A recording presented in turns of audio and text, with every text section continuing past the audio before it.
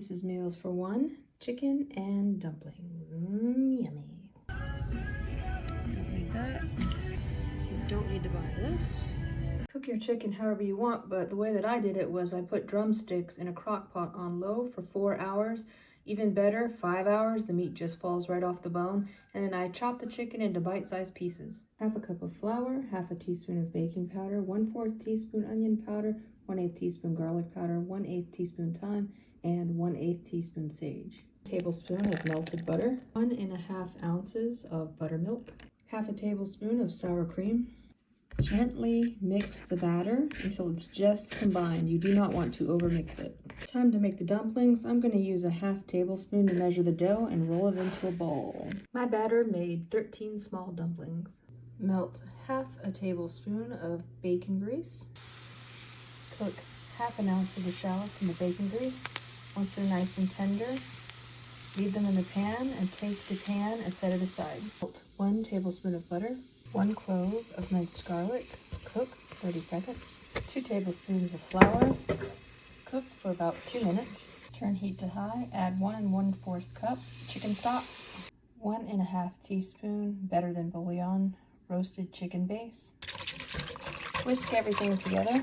1/4 teaspoon of thyme, 1/8 teaspoon of sage, ½ teaspoon Worcestershire sauce, 2 ounces of heavy cream. Add your shallots with the bacon grease. Add your chicken pieces. Incorporate everything. Add your dumplings. Cover with a lid. Turn the heat down low and let the dumplings simmer. It has been 8 minutes, and that amount of time seems good for my dumplings. I checked one, and they are just fine. Time to plate up. And voila, you're done. And I found this recipe on sipandfeast.com, although I heavily modified it, scaled it down, and I modified it as well. Quick story also about chicken and dumplings. First time I ever had chicken and dumplings was in Dayton, Ohio. I was a teenager. I was living with my grandmother. My father was living there as well.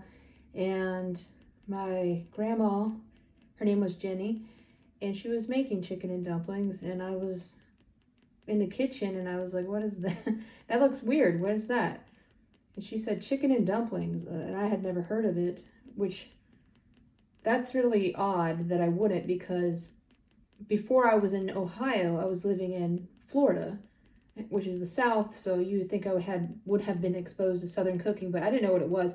My mother never made it, and I never had it. So anyway, my grandmother, I told her I was like giving her a stank face, and I was like, I don't know if I'm gonna like that.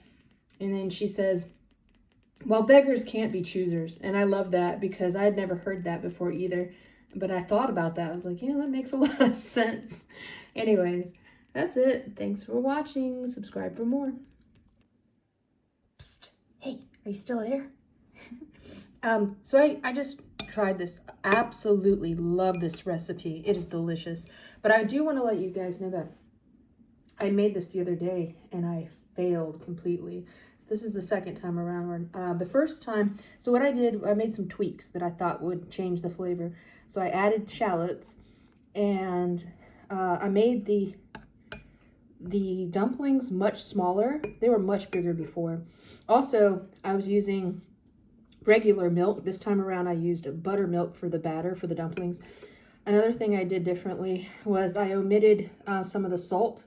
It was way too salty last time.